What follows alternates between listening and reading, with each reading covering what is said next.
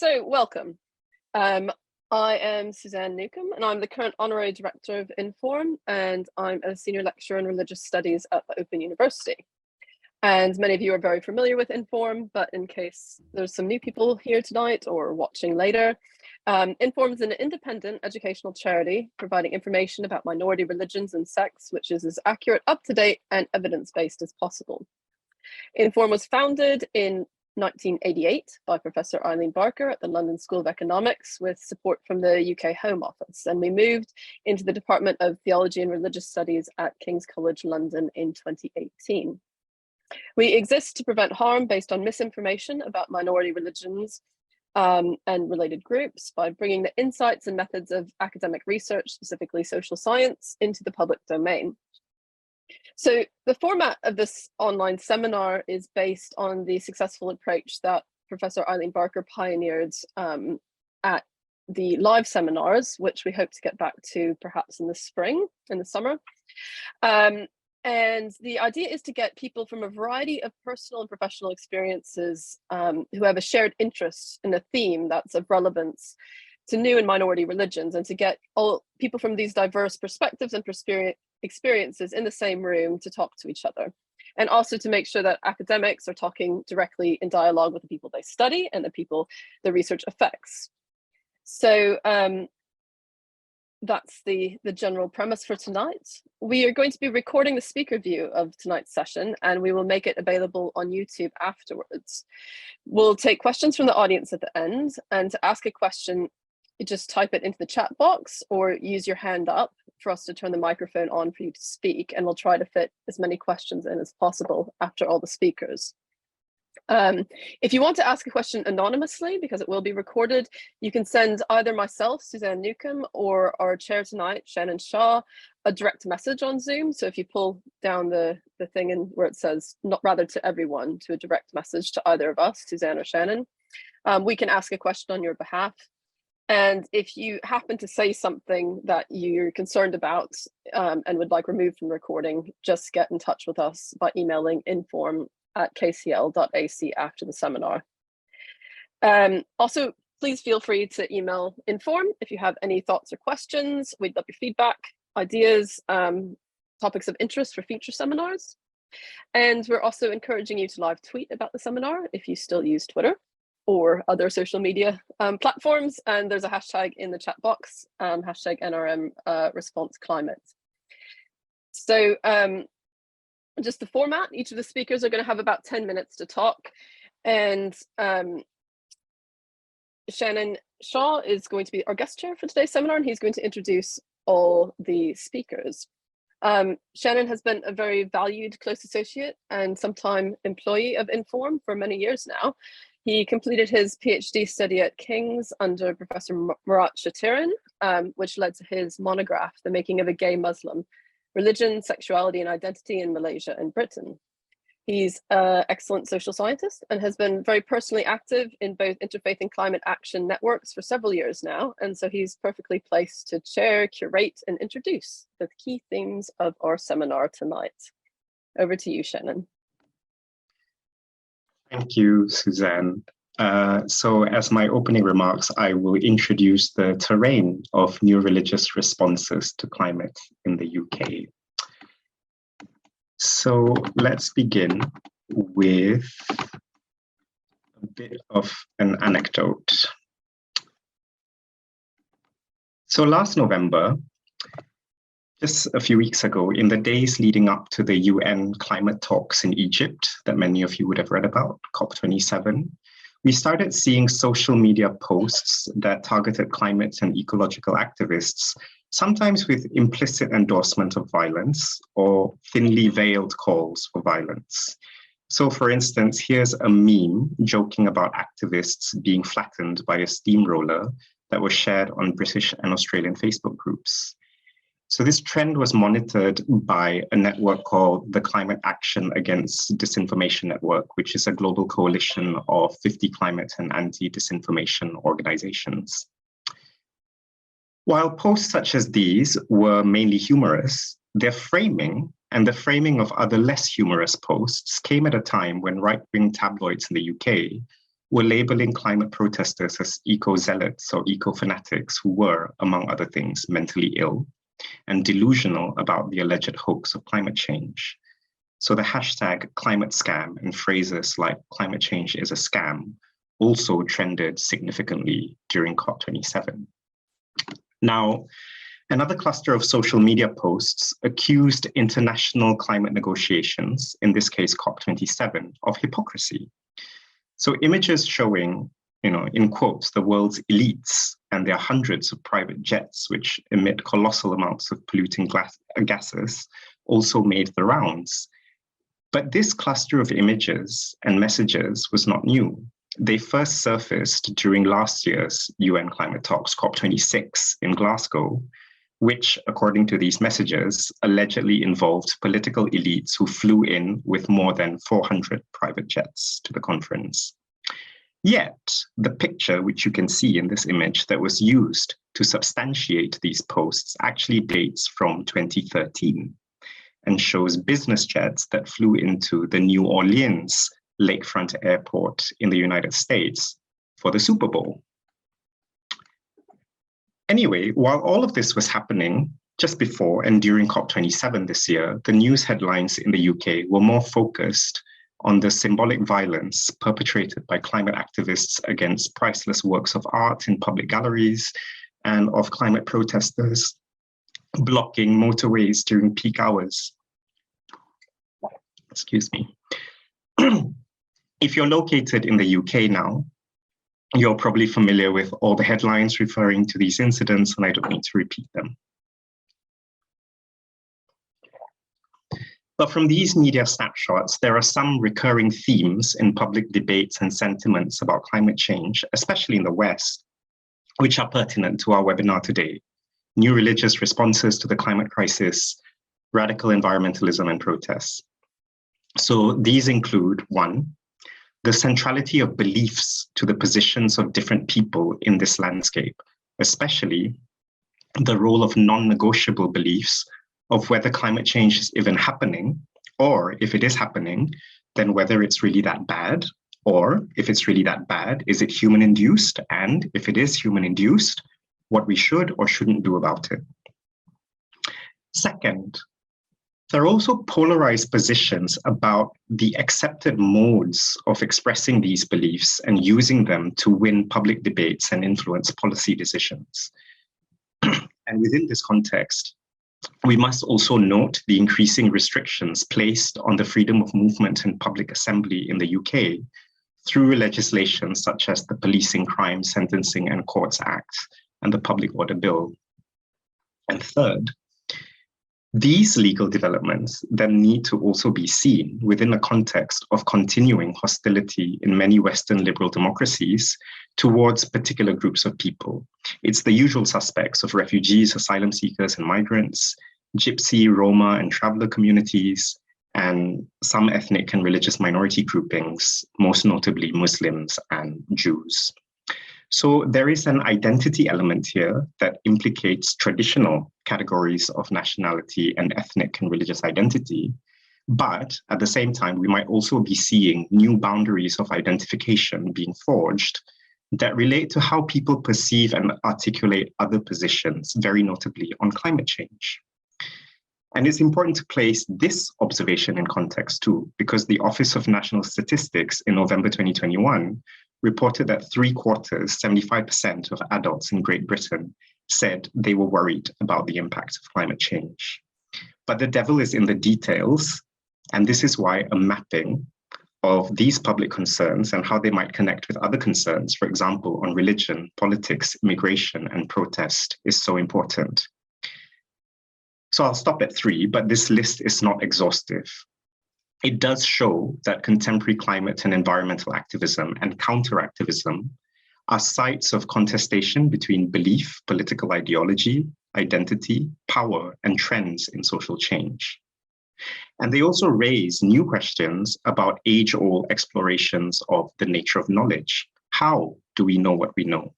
And what do we do when we know what we know, or when we don't know what we know, or when we know what we don't know, and when we don't know what we don't know?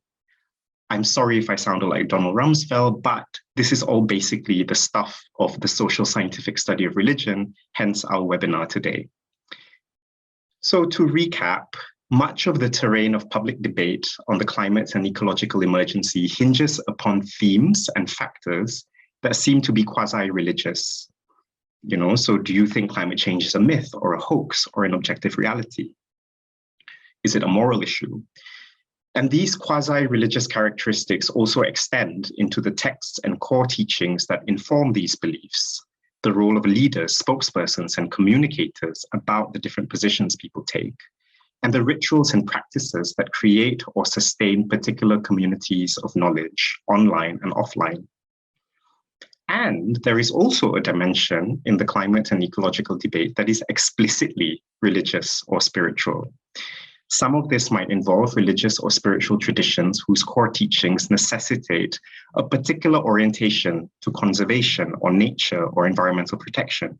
For example, some movements associated with paganism, Buddhism, Sikhism, and Hinduism.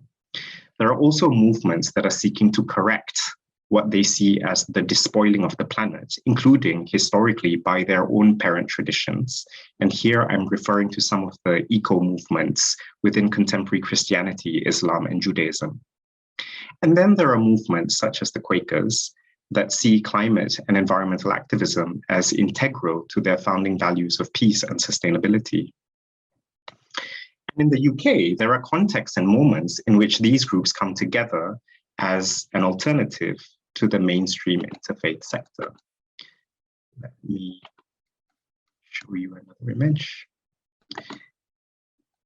So recent examples include the involvement of Christians, Muslims, Buddhists, Jews, and Pagans in the earlier iterations of the Extinction Rebellion direct actions in London in 2018 and 2019, and also the spiritual pilgrimage that many of them did to Glasgow in the lead up to COP26 last year. Time and space don't permit me to list other examples, except to say that since then, there has been a step change in new religious responses to climate and environmental protest. I know because, and here I must disclose, and Suzanne has already said, I'm the director of a registered UK charity that does exactly this kind of work called Faith for the Climate. So here's a flavor of the kind of work we do that involves both public protest and more conventional dialogue on climate and nature. So in Glasgow last year, we presented an exhibition and panel discussion at COP26 in the Green Zone on our work that builds the capacity of 4 UK minority religious groups, Buddhists, Hindus, Muslims, and Sikhs, to take more ambitious climate and ecological action. And then there have also been the more public-facing interfaith vigils and marches that we have organized on issues ranging from the divestment from fossil fuels to the need for rich governments such as the UK to give finance to address the disproportionate levels of climate-related loss and damage suffered by poorer developing nations. But as Suzanne said, I also wear a researcher hat with Inform, and today these two roles have come together. So we'll be hearing from a fantastic panel of speakers who bring different perspectives to the discussion. And between them, they represent the positions of UK minority religions on climate and ecology, some as scholars of religion or religious practitioners or activists, or many of them through a combination of more than one or all of these roles. And at least one of them will explore the internal controversies that are debated within the climate and environmental movement in the UK. So in other words, when we talk about climate and environmental protests, we are also looking at internal debate and dissension, as well as external factors. So I'll stop now and I'll introduce each speaker before they speak and their title. And as Suzanne said, they'll have 10 minutes to speak. So our first speaker is Dr. Linda Sever, who is a senior lecturer at the University of Central Lancashire in the School of Arts and Media. She holds a PhD in art history, an MA in constructions of the sacred, supernatural, and holy in art history, and an MPhil in visual anthropology. Prior to academia, she worked as a documentary maker and won a BAFTA award for a BBC Two series of documentaries. And Linda acts as one of the associate chaplains, Pagan, at the University of Central Lancashire.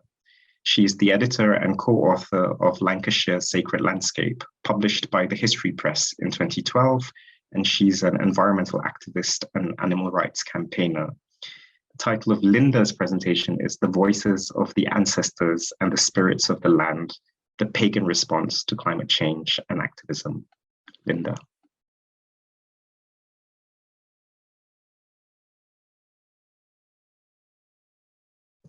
I'm just getting the PowerPoint up. Let me just, okay, and slideshow.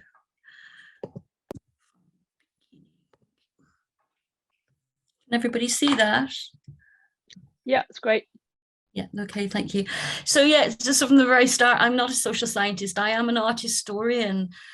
So I'm not going to bore you talking about paintings today or other visuals, but I've written quite a bit about the sacredness of the landscape and the eco-feminist response to climate change. But what I thought I would concentrate on today is to show you from one particular campaign the non-violent approaches that we as pagans with a wider community took during the anti-fracking protests. As you probably know, the only place in the whole of the UK that allowed fracking was in Lancashire, about 5 miles from where I live. So I had to get involved in that. So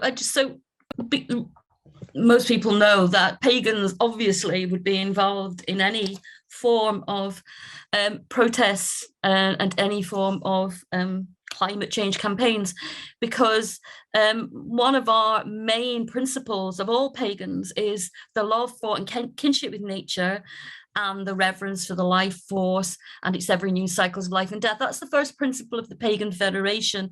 Now, you might know that paganism has many, many paths. And the Pagan Federation is an umbrella organization that deal with all the different pagan paths. Quite difficult from the amount of variety of pagans within that.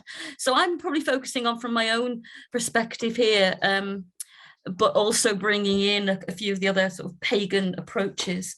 So we believe very strongly that the land is enspirited, that our spirits live in the land. Some pagans believe that the deities are present in the land. Others believe that deities represent the land. There are various deities in different parts of the landscape, including localized deities. If you go back to the Anglo-Saxon times and the Celtic times, there were very localized deities. So the landscape and the land is very important. And when the land is being destroyed by climate change on actions like fracking, then also the ancestors are being offended. Our ancestors and our deities are being attacked. So in 2011, all fracking was suspended in the UK after it caused earthquakes near Blackpool. But in August 2014, it was allowed to start again, and protests began with a group called the Nanas, who were mainly grandmothers, combined with groups of local pagans who came together to protest outside of the anti-fracking site on Preston New Road. In early 2017, the construction and the drilling began. And mid-2017, it was in full flow, and it became UK's first 2 horizontal shale wells site. Luckily, in July 2018, there was a cessation of the fracking, claiming for various reasons, but a lot of it was through protest. So this is one of the groups that pagans came together to form, the Warriors' Call. This symbol is quite interesting. So some pagans are magical practitioners.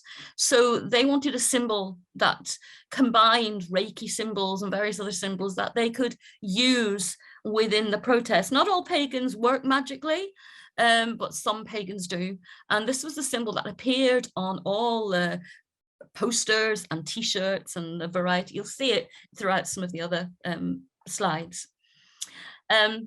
We decided from the start that the actions would be non-violent. Now, that's quite interesting because I've been involved in environmental activism for quite a long time, and there have been pagans in the past who very strongly believe in and violent protest, or protest to as far as you can take something without hurting people and hurting the land. But we decided it would be non-negotiable, it would be non-violent. And we sent, petitions were sent out and people were brought in, and the idea was to disarm the fracking quadrilla and to disarm the police as much as possible without being violent, because we thought that would disarm them even more. So we campaigned. This is outside County Hall when they were Lancashire County Hall, when they were deciding whether to go ahead with the fracking. At that particular point, they had agreed to go ahead with the fracking. And we came together with local people. So most of the people here are pagan, these people here, but we came together with local people who lived around the fracking site, who joined in the campaign. We wanted to inform people as much as to ask people to be activists. We also invited various groups of people to come and join us from around the world. The idea was to create an interfaith and a multi-faith approach to the anti-fracking. So these are the Dalai Lama's Kyoto monks who came and joined us in 2017 and led a ceremony for the water outside the anti-fracking sites. This is William Hawke, who was from Standing Rock, the Dakota access pipeline you probably all know about. He came to join the anti-frackers outside of Preston New Road. And this is Bez from Happy Mondays, who also decided to roll up and join us one day and play his drum. Much to the sort of surprise and consternation of the security people and the police. Every Wednesday, we led a silent march with just the drum from down the road to the gates of the anti-fracking. So it was a silent protest where everybody stood and just stared into the anti-fracking group. Some people stared and cried because of the destruction of the land that we thought was going to be a lot longer than it actually was. We drummed and then we stood, and we stood in silence for 15 minutes, and then people chanted and sang and then went away on their different ways, or stood at the gates. Some people are at the gates 24 hours a day. We also had a group of Quakers who came in every Saturday and sat and led silent prayer, which was really good because it was again showing the variety of other interfaith groups who came to join in the protest. This is marching up to the gates of Preston New Road. And there's another one up to the gates. So there's all pagans, various pagan groups, from Druids through to heathens, through to Wiccans. I think this lady here is a Wiccan. It's just who came together.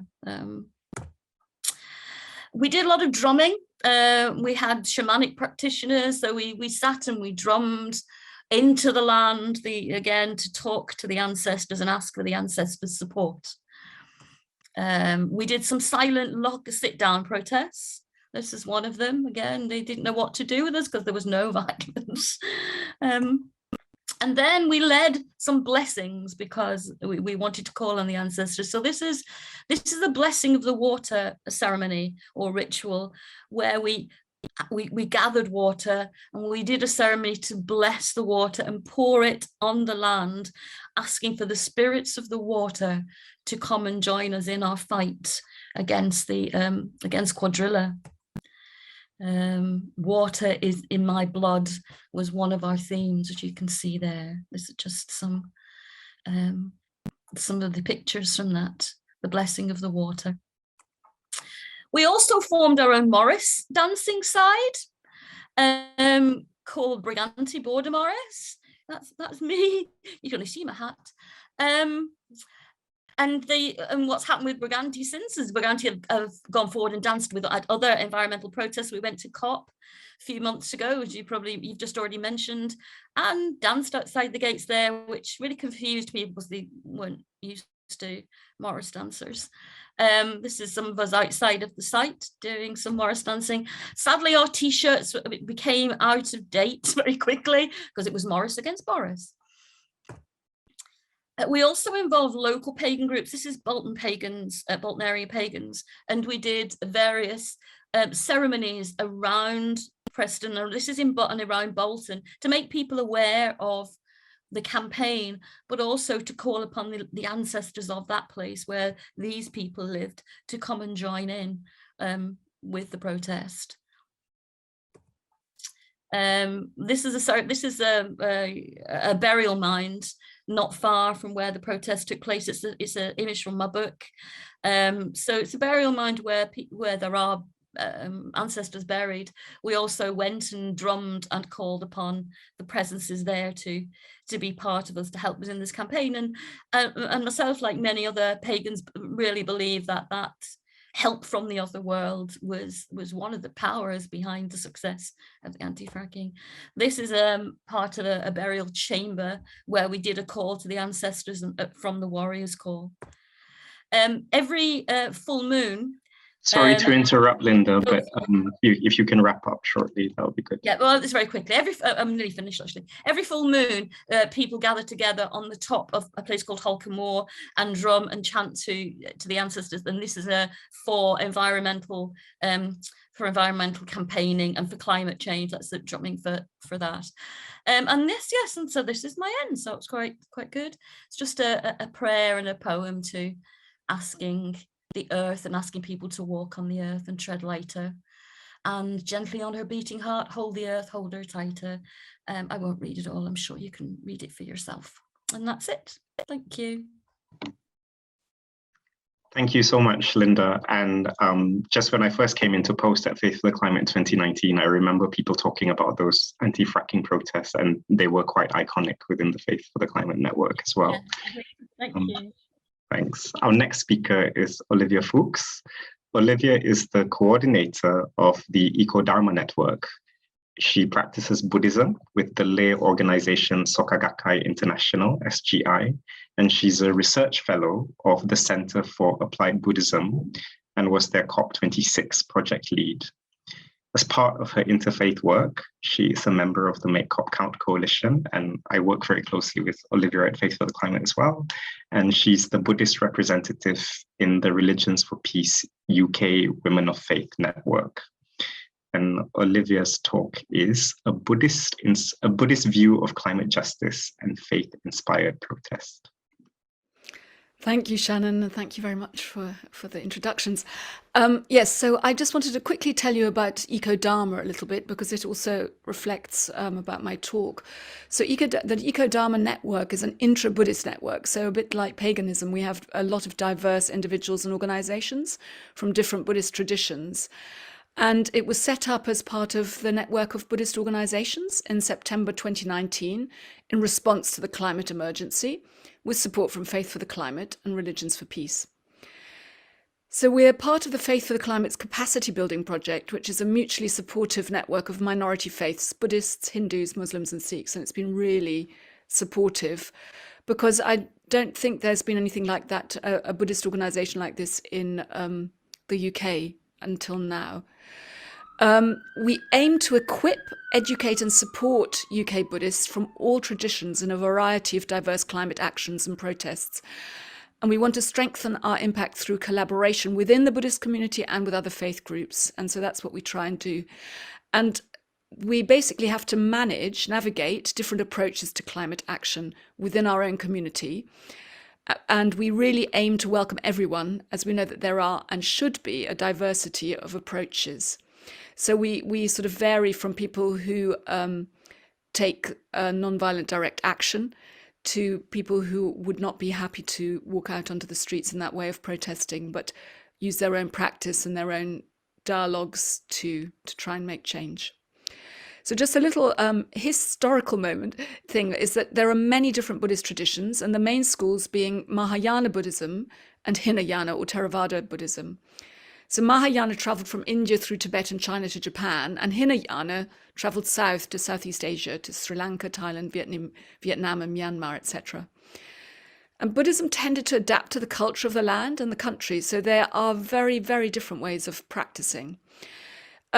Buddhism is often perceived as being a passive religion and a way of retreating from life, of sitting on a cushion and meditating. But in fact, in its origins in Shakyamuni's day, it was a radical social movement based on deep respect for all life and real equity, as well as equality. And it was a deep respect for all life and living beings. And its aim is to relieve all beings from suffering. Buddhism understands the world as being totally interconnected, and Indra's web is a wonderful metaphor to explain that. So Indra, one of the gods, has this great big web or net, and at each intersection there's a beautiful jewel, and it shows how all the jewels of this web are completely interconnected. So if you pull on one strand, all the jewels will move and reflect each other in a beautiful, sparkling universe. And so we really believe that when we make a transformation, a change in ourselves, it will affect a social change. But as I said already, that can lead to a sort of passivity. So this idea of interbeing is very important, and I think it's been taken up a lot in the wider environmental movement. Buddhist environmentalism as such is, however, a more recent development. So it wasn't really spoken about in the Buddhist time because he didn't need to. But there is also a perceived tension, I'd say, within sort of our environmental movement, but all of Buddhism, between the inner practice of meditation and outer social action. So in fact, I believe Buddhism consists of a dual action. You do both. You have an inner spiritual practice, and it affects our outer social practice, and that has been, a lot of the sort of the outer social action is loosely being sort of under the umbrella of something called engaged Buddhism. It's what Thich Nhat Hanh called engaged Buddhism. So this inner and outer tension is also reflected in different ways that Buddhists engage with protest. And I'm going to mainly talk today about the UK. Well, I'll mention a little bit elsewhere as well. But in the UK, as I said, there are already these different Buddhist groups. But I'd say also that we're roughly divided into people who were brought up within a Buddhist culture and heritage, who are mostly from Theravada Buddhist traditions, and also Western converts from many different schools. So the Western converts, we tend to be white, not at all, but there is more of a tendency, and we tend to be lay organizations, although some organizations also have or do ordain, but they tend to not be monastic as far as I know. So as you can imagine, there's a huge spectrum of different attitudes towards protest, from it's not appropriate, we should just meditate, to taking nonviolent direct action. In the global north, there's also a huge difference in privilege. So Western converts can take arrestable actions and are more confident and at home in public spaces of protest. And this is not an option for ethnic minorities. And I think that's a very important thing to remember. So I'll now give you share a PowerPoint and just show you a few examples of, hang on a minute, oops. Here we go. Just a few images, which just gives a little bit more of a background. I hope you can see my screen. I'll go into slideshow. Yes, great. Is that all right? Yeah. Sorry, I don't know what's it.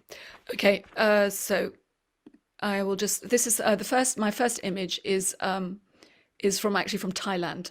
And this is a very interesting image of monks ordaining trees. So since 1990, a monk called Fraku Pitak Nantaktun has been leading ceremonies to dress trees in orange robes as a way of convincing people that they should be viewed as sacred, with the intent that the symbolic act can help prevent the logging and deforestation that plague his home province of Nan. And he started a movement that is spreading across Southeast Asia. Then the other thing that, so now back to the UK. So this is again from Extinction Rebellion, the sort of early rebellions. And these are XR Buddhists and doing a walking meditation. So there's a lot of witnessing that we use in protest. So this is a walking meditation, a silent walking meditation, and also silent meditation just sitting in the street. And it's a way of also calming a situation down. And these silent meditations also take place outside Barclays Bank on a very regular basis, led by Joe Michan. And that's amazing that he's been doing it. We've had somebody called Satya Robin, she's very happy for me to share this, did a daily vigil leading up to COP26 for a whole year in her hometown called Malvern. So she, for an hour a day, she would sit in her town square. Then we also have interfaith vigils that we've been a part of, as well as and interfaith protests. So this is outside COP26 last year about loss and damage. It's organised by the Quakers, but we're sort of part of it. And then again, as Shannon has already mentioned. Now, more going into the area of direct action, this is a Buddhist who was part of the Canning Town action, which a lot of other people may not have all agreed with. But she explained it very clearly that she was very sad that they ended up in Canning Town. But she said what was not shown in the media is that a lot of the people, most people there supported them. There were a couple of people who were very angry and became violent, and everybody else created a circle around them to support them, which I thought was quite amazing. This is another action in Cambridge by somebody called Yoga, and it's the oily hand action. And again, this is, although it looks very sort of like you're defacing something huge, it's removable. It's spray paint that can be removed, but just prompting Cambridge University to divest, which I think it really had an effect. Another one, which is an inflatable dinosaur mocking Darwin College for failing to divest from fossil fuels. And another witty naked truth about the vulnerability to climate and biodiversity breakdown at King's College, Cambridge. So that's the end of that. So just in conclusion, there are loads of different, Ecodharma is a network of many different individuals and organizations from various Buddhist traditions, but all are deeply concerned with the ecological and climate crisis. There are obviously many Buddhists who maybe are not as concerned, but that's what we are. There are many different actions taken to protest. So activists support themselves through their personal practice and are supported by our larger Buddhist community, and that's also important. For ethnic minorities in the UK, it's hard to enter the public space in order to protest because they do not have the privilege, confidence and security always to do so. And I believe that radical social action and environmentalism is at the heart of the Buddhist teachings, but there are, of course, Buddhists who do not feel that is the case. And lastly, there's a big and growing movement of Buddhists taking action, including protesting, lobbying, and finding other ways, which are loosely captured under the banner of engaged Buddhism. So thank you very much. Thank you so much, Olivia. That was wonderful, and you covered so much ground in perfect time. Thank you.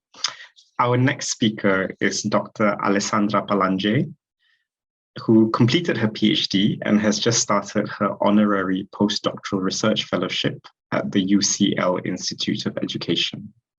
Alessandra is the engagement coordinator for 0 Hour, which is the campaign for the Climate and Ecology Bill. And she's also the co-founder and a core member of Muslims Declare. And her topic is Letters from the Global South, an Islamically inspired grassroots awareness program on climate justice. Alessandra. Okay, thank you so much. I'm going to try to keep track of time.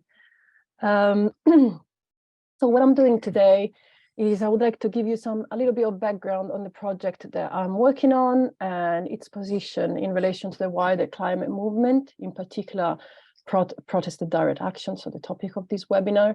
And then I will introduce 3 topics that have informed the project I've been working on, Letters from the Global South, as a response to this kind of contemporary forms of climate activism in the UK, in particular direct action and civil disobedience.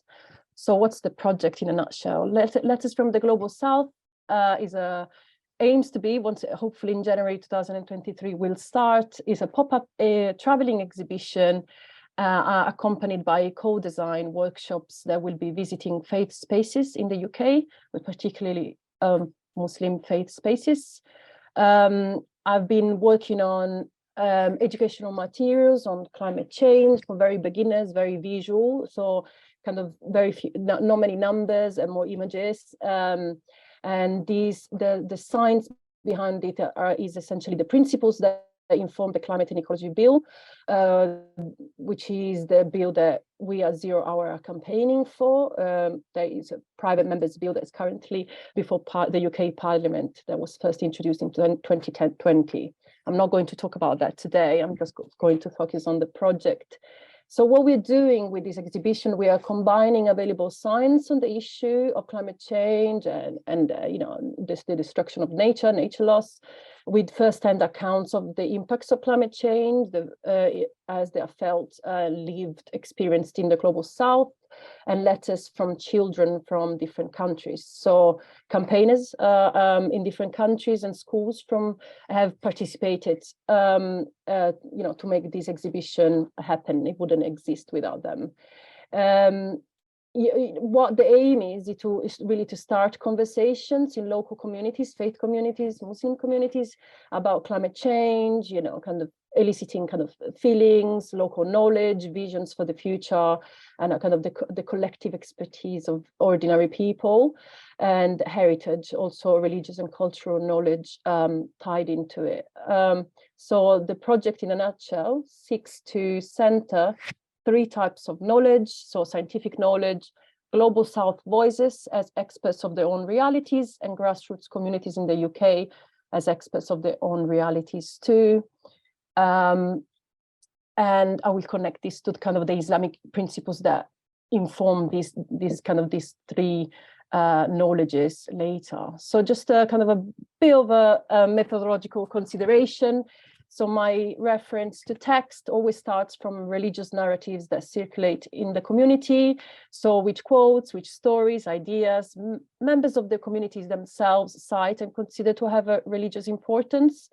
And may also kind of the reference to text and how we interpret them may develop from a critique of this. So what the community is saying about this. I usually don't engage in any kind of direct analysis of textual sources, which is something very important if you know a little bit about Islam.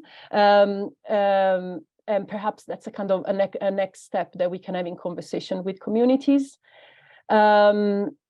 So I'm interested in what Muslim communities themselves say about these ideas, rather than kind of looking into, for example, how, I don't know, protests or civil disobedience might have been in early Islam, or what's, I don't know, the Quran says about nature. So I start from everything starts from the community. This project, Letters from the Global South, initially kind of started, I think, as a critique of forms of an inspiration and critique of forms of protest and direct action that happen in the climate movement, especially since 2018, most prominently with XR.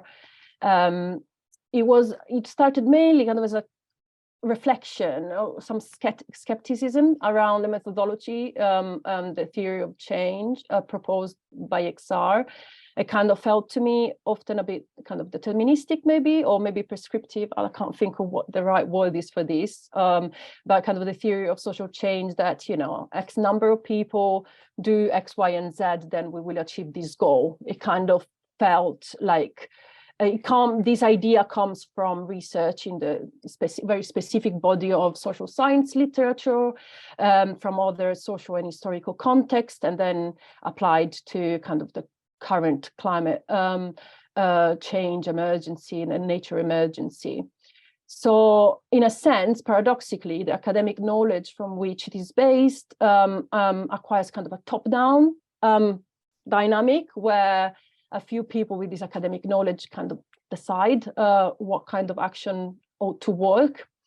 And also, I guess, there is kind of this lack of the lack of diversity within XR, in a way, kind of I see is linked to this. And I'm aware, just as a kind of note, that there's been many efforts within XR to kind of diversify and include different voices. This is mainly based on my experience from 2019, 2020. But for me, you often fail to include communities that are not culturally aligned. So my guiding question in the kind of development of this project is whose approach is informing the way we're thinking about social change, the way we do protest, the way we or do things to achieve change, and who we are excluding. I'm always very doubtful of universalist discourses, and also, you know, this kind of thinking and critique developed thanks to extensive conversations with Muslim activists and groups, and just trying to understand other climate justice organizations outside of XR and the critiques that have been kind of placed. So I just want to summarize, and I've divided in 3 categories: the type of conversations that I had with people and the comments that I had regarding climate, you know, the direct action. So participation in protest and direct action amongst Muslims, so in the Muslim community. So often there were personal reasons, which are more actually economic, social, and legal issues. So having childcare is one of them, and having nobody else that can look after the children in your absence. Not being a UK national, for example, so the legal implications of that. Lack of time, the fear of income loss, jeopardizing a reputational work, community generally, the wider community, Muslim, your own community not approving of that, and generally the climate of I cannot say that, I'll say otherization and being under surveillance of Muslim communities. And as I mentioned earlier, the lack of representation, so the general culture in protest movements not being really in line with the social conservatism of many religious Muslims in the UK. And also there are ideological reasons. So I've often heard people say ends don't justify means, which is often, I found out recently, actually the idea of, for example, civil disobedience, breaking the law, comes from the liberal tradition, and it kind of feels a little foreign, I guess, to Muslims in the UK, especially as they emphasize that Muslims must respect the laws of the land. And there are other issues, I cannot go in detail, there's quite a few, but in terms of kind of doom and gloom narratives, for example, of XR, they felt kind of foreign, or maybe not having the kind of desired effect, the expected effect amongst Muslims, how it's received by Muslims, perhaps. And there's a bit more, but I'll jump a little bit. But also something that I need to say, Muslims have been kind of focusing quite a lot on individual change, community change. There's loads of initiatives to be more eco-friendly, and there's also kind of a vast, kind of wealth of literature on spiritual critiques of the current economic system that has led to the crisis that we are living right now. And also kind of the media kind of plays quite a part in it. So I'm talking here about the Muslim media in particular. Muslims are concerned about other issues generally, perceived attacks on orthodox values, freedom to hold conservative beliefs, and generally the big issue of the oppression of Muslims, especially when such oppression is primarily discussed along religious lines. So think about Palestine, the Uyghurs, if I'm pronouncing it right, and the Rohingya.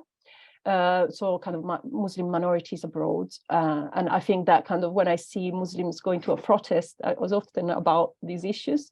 So yeah, I mean, there's generally, I feel, less international issues where, for example, Nigerian communities are displaced because of oil spillages or droughts in the Horn of Africa or so forth. So it's often not connected to climate change, so that connection is not actively made within the community.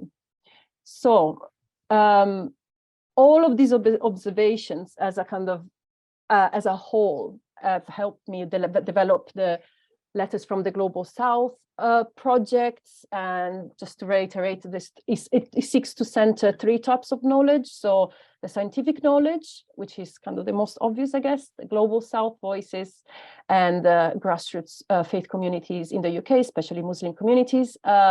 So the idea of the scientific knowledge comes Sandra, from, if you could wrap up a bit. Yeah, okay, I'll be very quick. So knowledge of science in Islam, the idea of knowledge, the reference for learning is very important.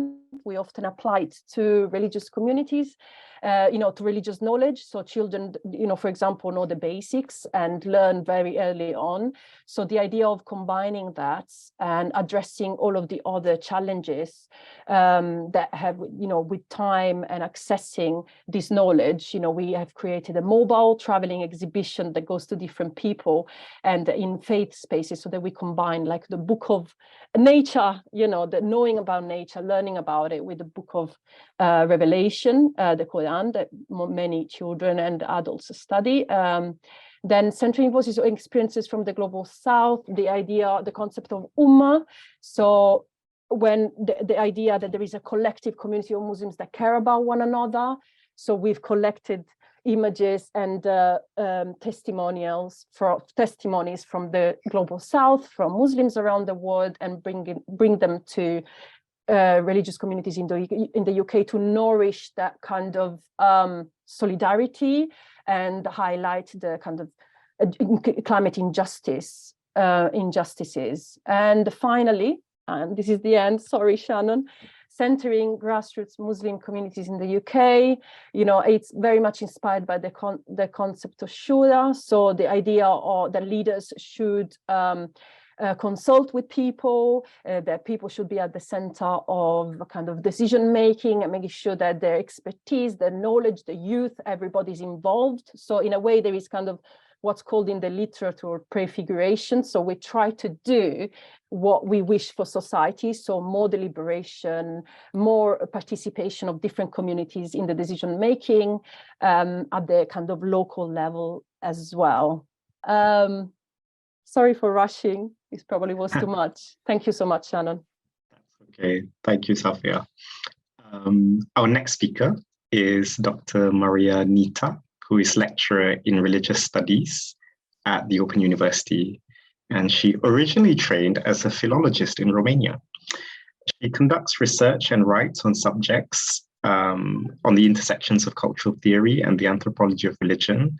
And her current research focuses on climate activism and contemporary spirituality, green Christian practices, public rituals, as well as art and performance festivals more broadly. She's going to talk about, and here's her topic, what are religious communities in Britain doing about the climate crisis, and exploration of lifestyle and protest actions among green Christians. Maria. Thank you so much. Thank you very much for inviting me. And thank you for your very kind introduction, Shannon. So I'm a lecturer in religious studies at the Open University, and my research looks at the climate movement with a focus on green Christians. So I will talk mainly about Christian involvement in the climate movement, but I want to focus on this British context and say something about two dimensions of climate activism, so protest and lifestyle. And there are many possible ways of talking about Christian involvement in the climate movement in the UK. I could talk about grassroots networks, church communities greening their churches, or church communities welcoming and supporting the climate movement. They're really, obviously Christianity is a, very plural tradition, and there are lots of ways in which Christians here in the UK engage with, the climate crisis and the climate movement. And the picture on this slide is an example of this direct connections that some churches have built with the climate movement. And you can see the projected an image from an Extinction Rebellion Heading for Extinction talk in a church in London. And the human nature connection graphic is really interesting there, I think, because lots of scholars were at different times in the past critical of Christianity, in particular for its anthropocentric, human-centered perspective. So, it is one of the reasons why I was interested in understanding this plurality of Christian responses and engagements with the crisis. So very quickly in this short 10-minute talk, I want to say something about religious communities in Britain in the context, in a kind of political and cultural context that Shannon, you were hinting at in your, you were talking about in your introduction. And I want to say something about Green Christians, and if there's time, reflect on this relationship with the wider climate movement and religion and spirituality more broadly. And I have a picture here, and I've seen other pictures in the presentations, in the previous presentations with climate activists facing churches, and I think that's really interesting. And of course, we know that there have been lots of protests, that take place. It's a kind of search for sanctuary almost in front of the St. Paul Cathedral, for instance, or it's a symbol of kind of trying to have attention from religious traditions and from the institution of the church, which is obviously has more power here in the UK.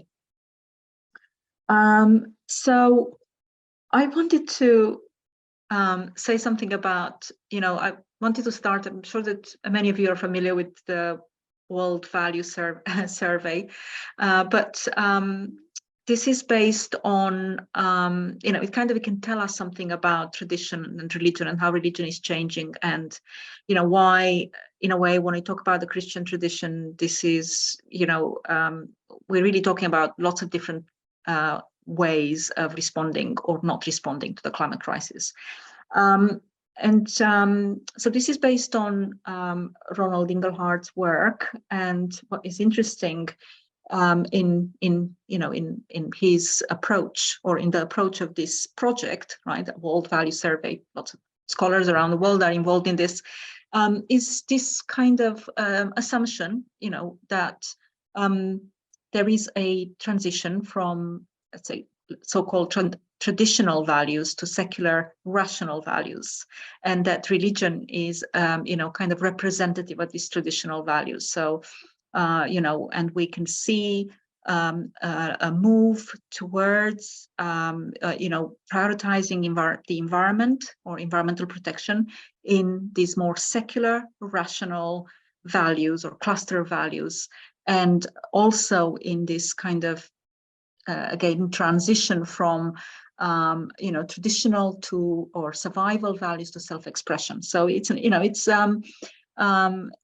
a way the distinction there is between traditionalism, nationalism, to kind of more cosmopolitan values that are more secular and rational and so on, and they're more tolerant and again invite show more concern with the environment. And I think that I think there's a kind of that this is the issues here are conflated in a way. Religion and politics are presented in the same kind of in the same rubric in a way, because coming from an Orthodox country and having grown up in an authoritarian regime, I know that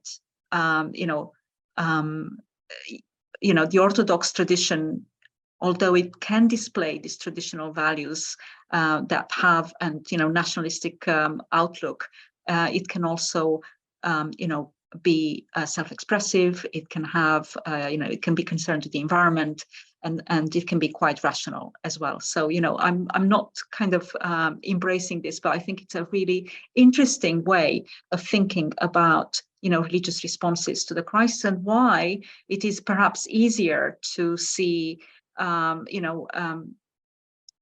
countries in Protestant Europe being more actively involved in the climate movement. And of course, another way of thinking about this is about democracy and what is happening to democracy. We know that the climate movement needs political opportunity or the right level of political opportunity to be able to keep going. And activists in democratic countries have less obstacles to overcome, or, you know, to be able to take part in the movement. Whereas activists in other parts of the world, particularly indigenous communities, face very serious dangers, or their rights are not protected, although I'm aware of how difficult it can be to be a climate activist here in the UK, and we've seen some examples of that already. So, you know, this is when we think about, you know, Christianity in a British context. Of course, we are thinking about this kind of wider political, you know, and cultural context. And so I've researched the climate movement here since 2007 with a focus on green Christians, and until 2013 green Muslims as well. And I set out to look at Christian and Muslim activists because I wanted to understand cultural change, and if it could, you know, if there were ways in which the processes of cultural change that were taking place, you know, in these networks could assist us, could help us, or could help social change more broadly in our contemporary society. And I was spurred on a bit by, you know, this view, kind of encapsulated here in this citation from Bron Taylor, that long-standing religions like Christianity and Islam have, you know, more historical and conceptual obstacles to overcome compared to new forms of nature spiritualities. In my work, I've actually suggested that nature spiritualities have roots in the Christian tradition. So, you know, it's again, it's a bit of a kind of you know, distinction that I think can deflect or can obscure the fact that you know, the climate movement has, or the green movement, you know, is not, or has roots, or has links with Protestant Christianity. Lots of scholars have looked at that, but also with, you know, ideas and mechanisms and discourses that go back to the early church. So I wanted to share this example of a campaign that the Green Christian Network developed whilst I was researching it, called Use Your Loaf. That's all about ethical food. And you can't see the small print there, but it talks about the symbolic meaning that bread has for Christians. And there is often this distinction made between, you know, religious ethics, religious identity, and common narratives, which is something that interests me. And so in my research, I wish to understand how religious climate activists engage these issues of climate justice by applying their own ethical precepts, narratives, and identity in order to build that bridge between religious and environmental ethics. And I found that often they have to build bridges between conflicting views and values within their own communities and churches, and of course the climate movement and society more broadly.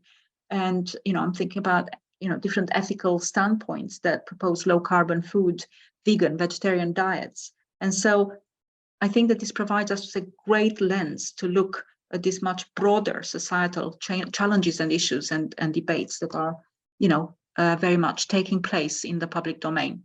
So these are just two you know, examples of protest action. Well, one is a kind of protest action taking place in 2020, just before the lockdown in February 2020, in front of the meeting of the General Synod of the Church of England.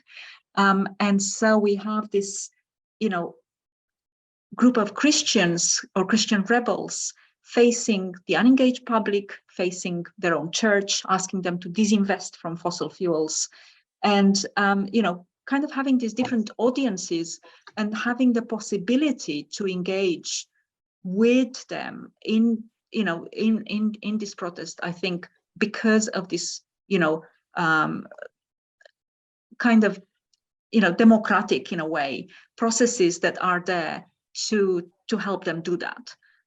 Which, sorry to interrupt, Maria, but if you could wrap up. It's my last slide, so thank you so much, Anne. And this is a ritual, you know, that I wanted to share with you. When I started my research, you know, I started my research with Green Christians, kind of doing this, you know, wonderful rituals in retreat, in the context of retreats, and this is one of these occasions, also in 2020. And I like the fact that the altar is on the ground. The altar is almost like it became lower and lower in my, as I snapped away, and it's almost as a connection there with the ground being sacred. So I'll just leave it there. Those are just some references, and stop sharing. Thank you. Thank you so much, Maria. That was fascinating. And just a note about the Orthodox Christian nuances.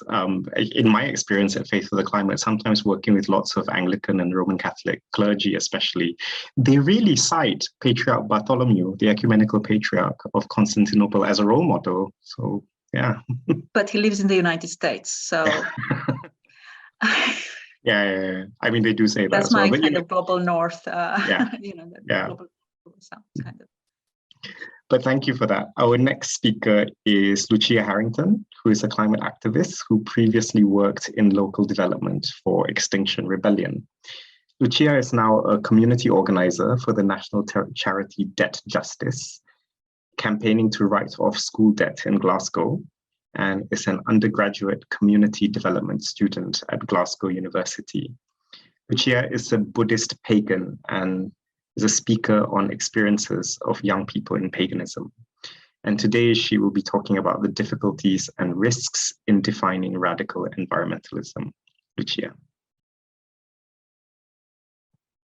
Thank you. I'm just going to get my presentation up. One moment.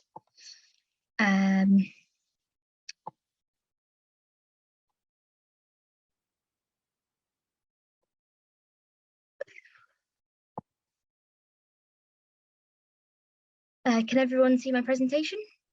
Yeah, it's great, thanks. Okay, so difficulties and risks in defining radical environmentalism.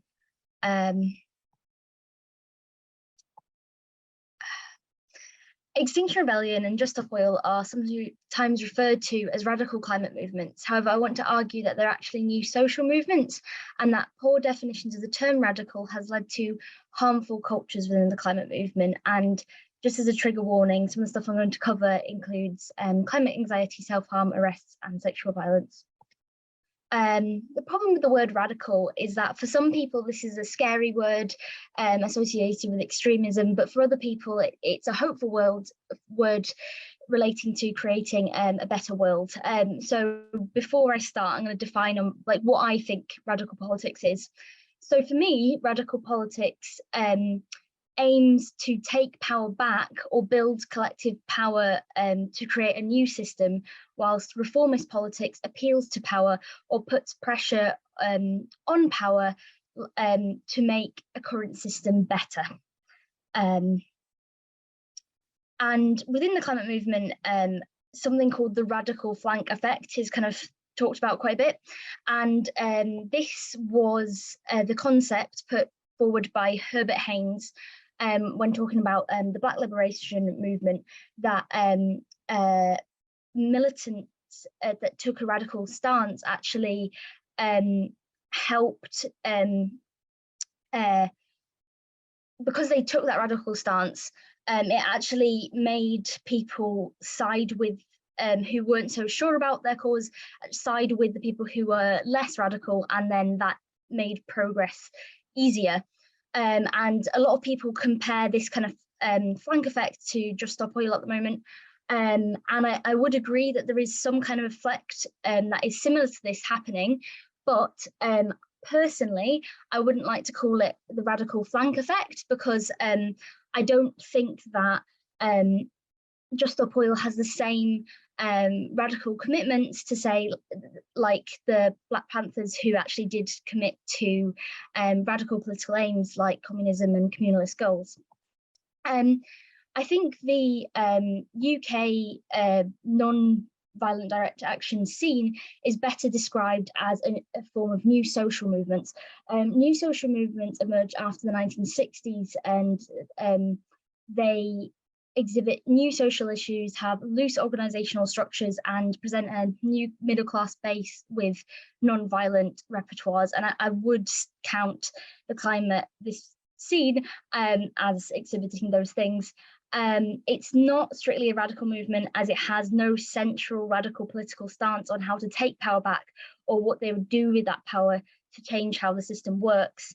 I do think that some individual actions, say Just Stop Oil and Exile activists do, like when they block oil dispensaries and that costs those companies millions, that is a form of taking power back. But because they aren't built within a broader strategy and a broader campaign, those actions only address the symptoms of the problem, not the root. And so fundamentally, Just Stop Oil and Exile become reformist movements, as instead of being able to take power back, they're only as powerful as raising awareness and putting pressure on government to do better. And does it matter if these movements that claim to be radical maybe aren't as radical as they make them out to be? So a movement doesn't have to be like radical political group to be useful. I do think that these groups are incredibly useful for raising awareness and pushing momentum in the climate movement. But there is a problem when non-radical movements claim to be radical because it politically it misguides people. And there's a problem when radical isn't equated to the word change, and it's more equated to the word risk. These movements are at danger of creating harmful culture. So why is it that people think the word radical means risk in the first place? So I'm going to reference Guy Debord here. He wrote a book called Society of the Spectacle, which claimed that capitalism is causing us to live in societies where we're more concerned with having the image of what is meaningful to us than living meaningful lives.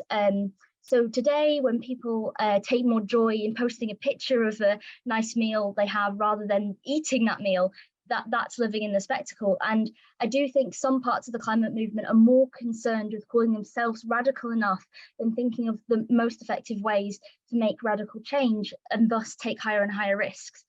In many ways, a good example of this is like occupations.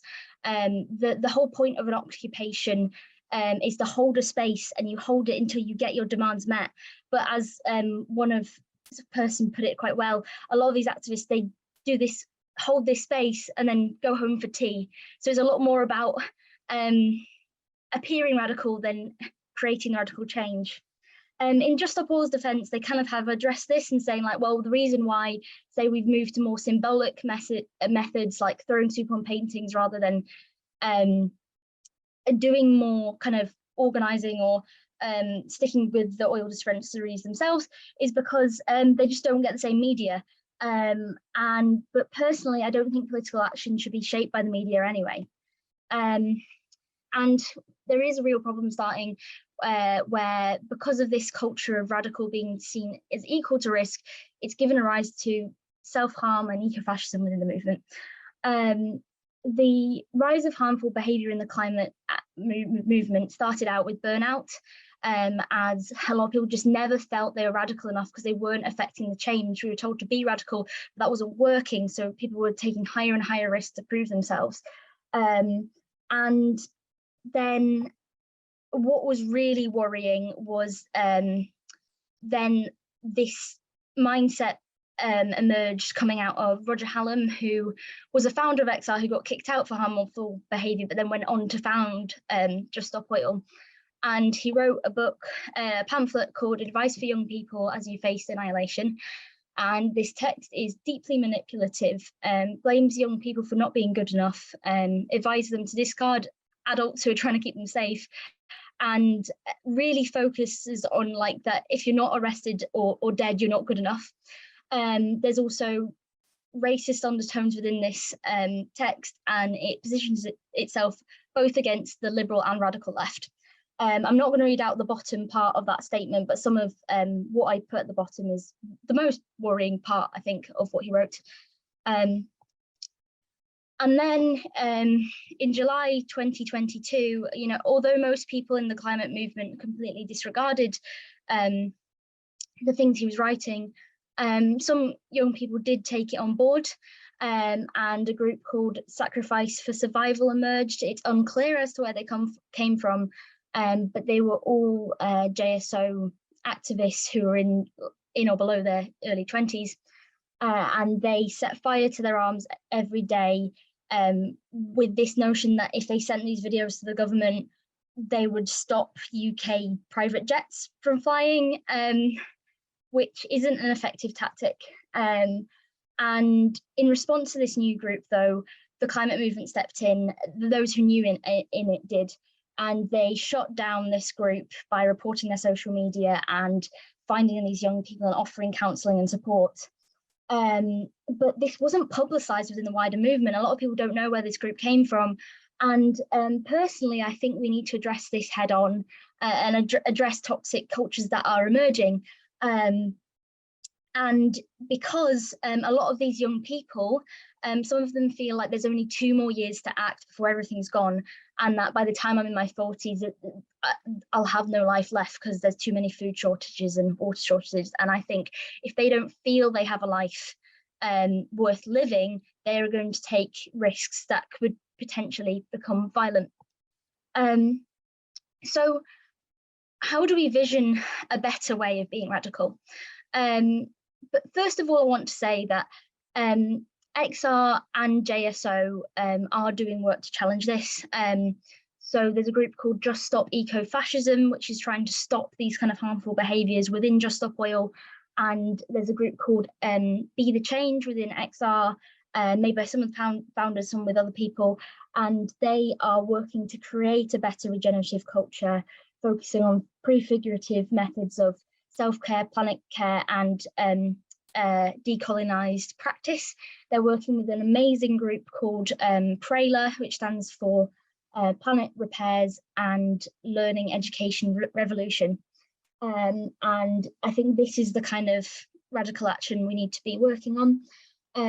They are an international group trying to educate using liberating methods of education like communities, and mobilizing them to resist against colonialism, capitalism, and trying to do planet repair work. And they do this in the principle called Ubuntu Pacha Vidya, meaning humanity, Mother Earth, and wisdom. And they have contact with real radical groups doing real radical work, so some Zapatista movements and Pan-African groups that are trying to liberate the global south from the global north colonial grip. And and thank you. Sorry, there's a lot of things I want to say, but I was worried about going over time.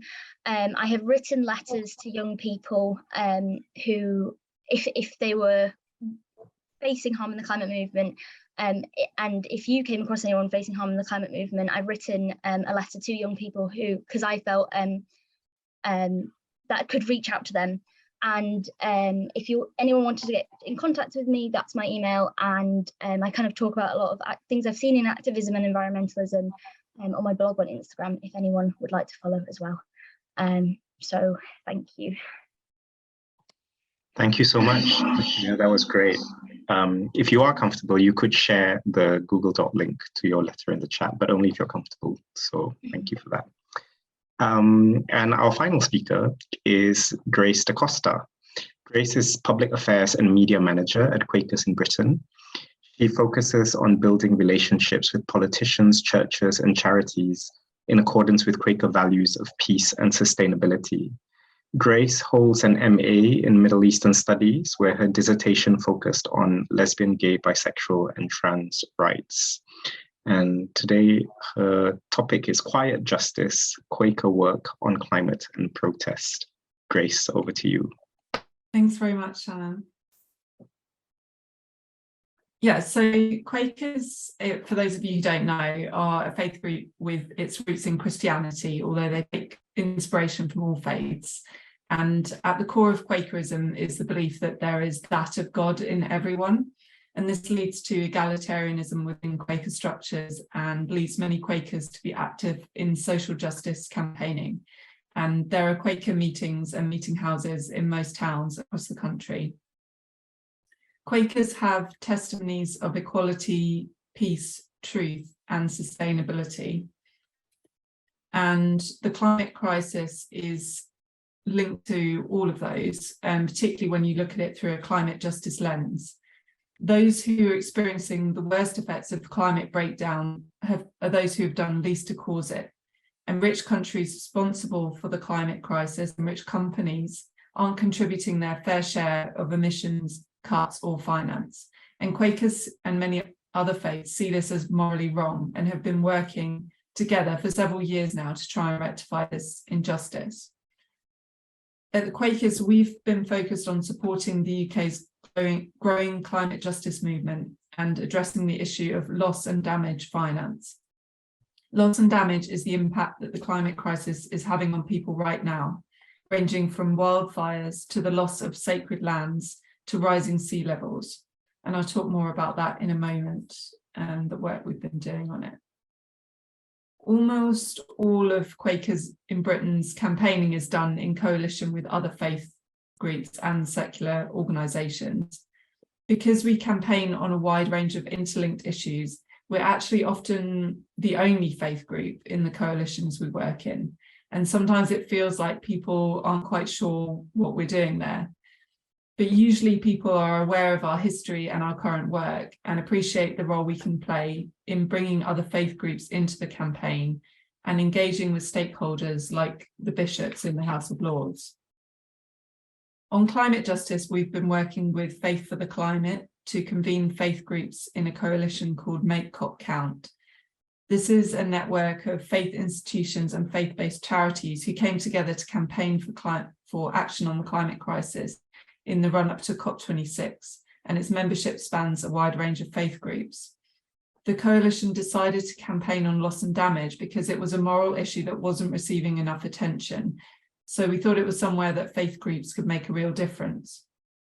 Our activities included holding an interfaith parliamentary event with speakers from the Global South, organising protests and vigils before and during COP26, and providing materials to people of faith across the country to help them campaign locally for climate justice. Our work has continued since COP26, and we believe that we helped build the momentum for the big win on loss and damage that we saw at COP27 with the agreement to create an international loss and damage finance facility. Quakers don't have a creed, but they do have a book of discipline called Quaker Faith and Practice, which is designed to guide and inspire people as they practice the Quaker faith. The first chapter emphasises the importance of Quakers being involved in issues of national importance. It also says, respect the laws of the state, but let your first loyalty be to God's purposes. If you feel impelled by strong conviction to break the law, search your conscience deeply, ask your meeting for the prayerful support, which will give you strength as a right way becomes clear.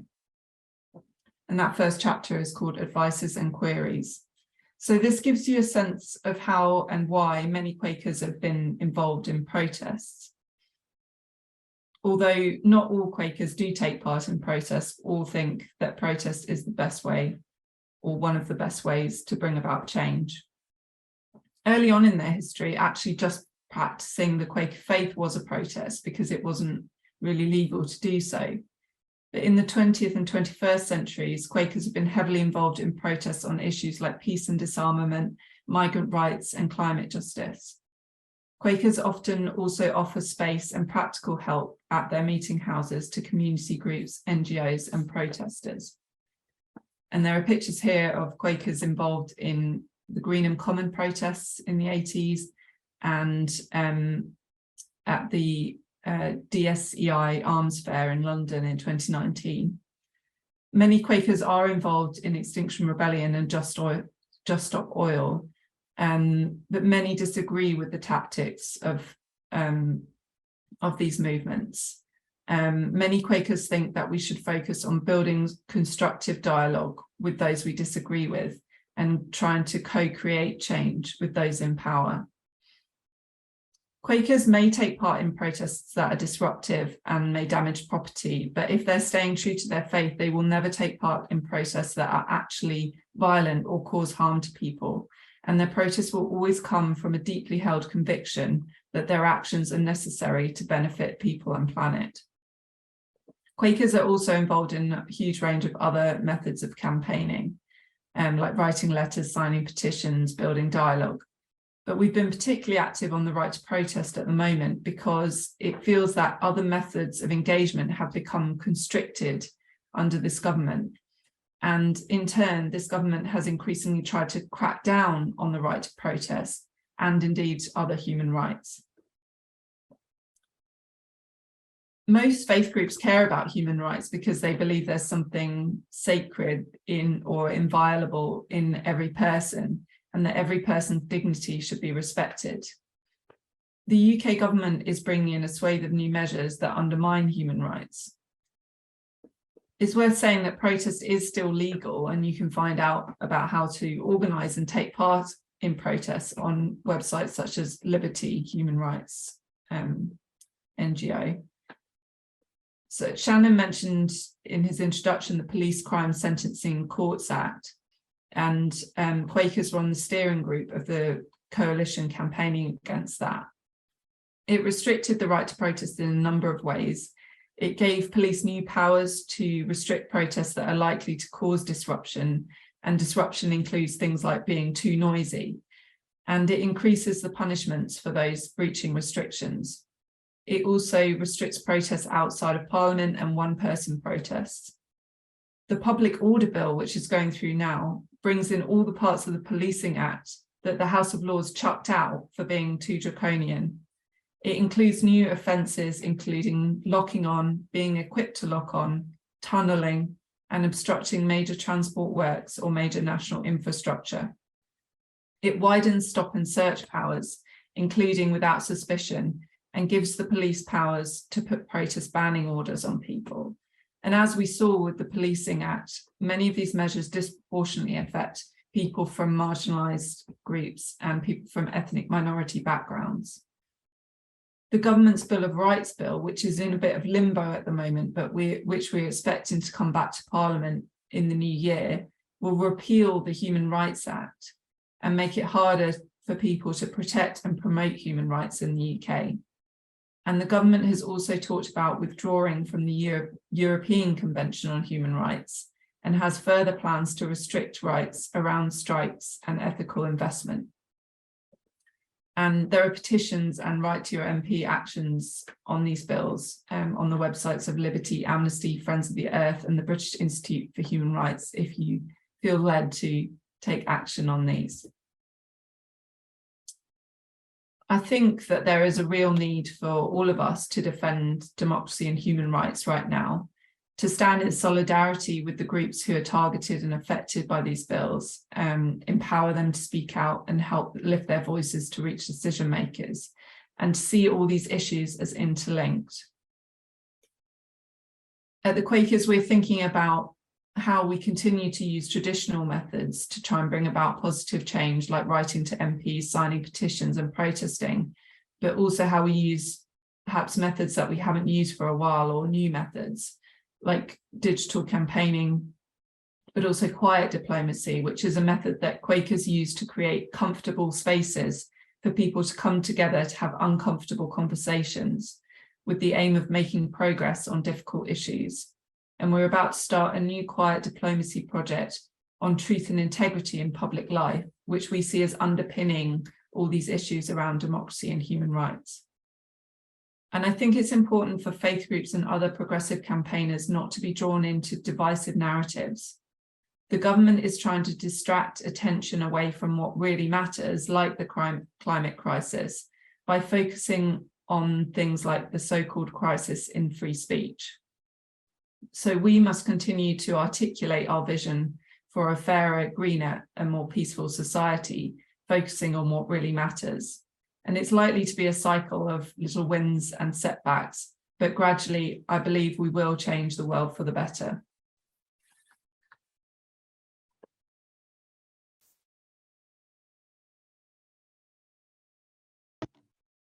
Thank you, Grace. That was absolutely perfect timing. In the interest of time, I will move quickly to Reverend Steve Hollinghurst, who will do the response to all the talks that we've heard so far.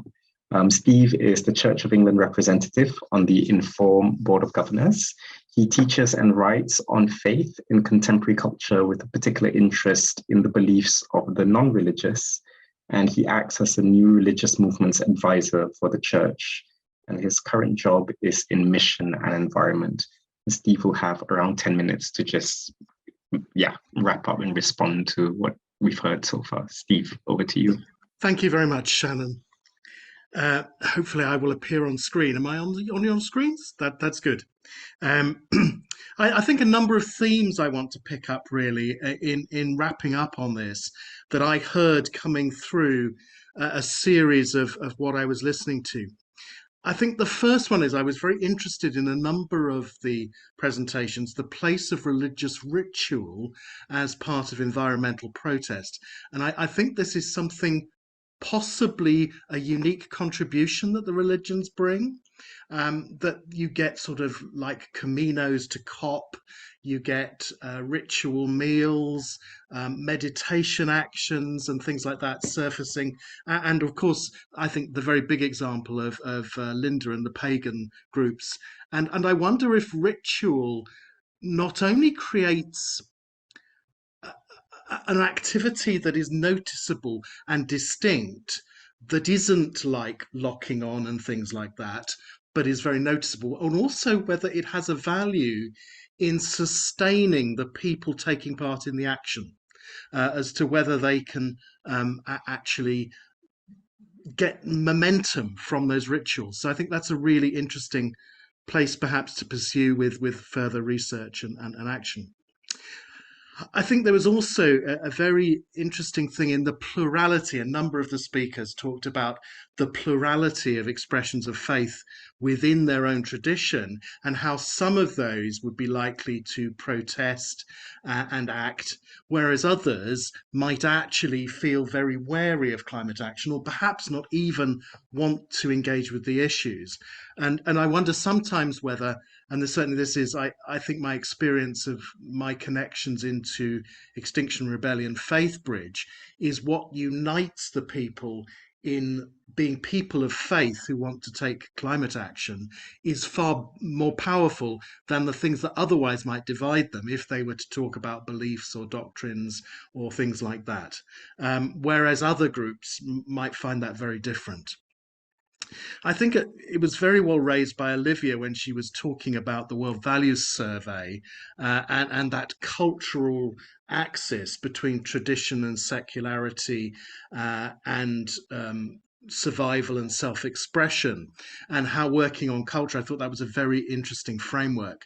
But actually, I think issues of faith and culture surfaced in several of the others. So it was very noticeable, I think, in what Alessandra was saying about the way that perhaps a natural conservatism in Islamic culture was something that made many people resistant to climate action, and how there was also a feeling perhaps that marginality and suspicion of Muslims made taking direct action and protest much harder for Muslims than white privileged people, in inverted commas, who might find it much easier. And I think that whole thing of cultural context is very, very important. And, you know, there is a big question here of who has the power and the time to go on a protest or to walk to COP or things like that. You know, is there a place of privilege actually in those kind of protest movements? I think I noted in what Olivia was looking at specifically, but also in what Alessandra was saying, a whole theme of the transition of traditional religions. And this is something I've very much been involved in my own work, is the idea of how one gets the church and Christians, but I think this also applies from what Alessandra was saying to the Islamic community, into a place where they rethink how they stand within society and in relation to issues of climate. And I noted very much from Alessandra's thing, but I can see parallels in groups like Green Christian, how you have to pick up themes and threads within the tradition and within the local community and use those as a way of forming a new narrative that they can speak into. I think there's also a very interesting question about belief and action. So I'm very aware that you can get groups, and this, of course, is perhaps what's going on in secular society in climate action, is a belief that this is a good thing to do. And there might be beliefs within that about justice. So echoing that Quaker thing about social justice because of interconnection of people and the importance of that. But if you're not coming from a religious position, that's framed within a secular mindset. Whereas I think if you're coming from a religious position, it starts to alter how you might perceive what you're doing. And so that could be like, as Grace was just saying about the interconnectedness because God is in everybody. And then that going out even in beyond that into a pagan or a Franciscan understanding in which everything has a spiritual life. And in the words of St. Francis, are our brothers and sisters, the moon, the sun, the stars, and the trees, which would be very compatible with a pagan attitude. And whether beliefs like that actually radically change the way you relate to the environment around you and give a particular religious dimension. I think one of the things I've found interesting to observe is the way that groups like Extinction Rebellion naturally take on spiritualities of nature, even if they don't start from that position, because actually it adds a deepening dimension to how they understand what they're doing and moves it purely beyond a pragmatic maintenance of the planet. I think there's another really interesting issue here in some of these things to do with belief.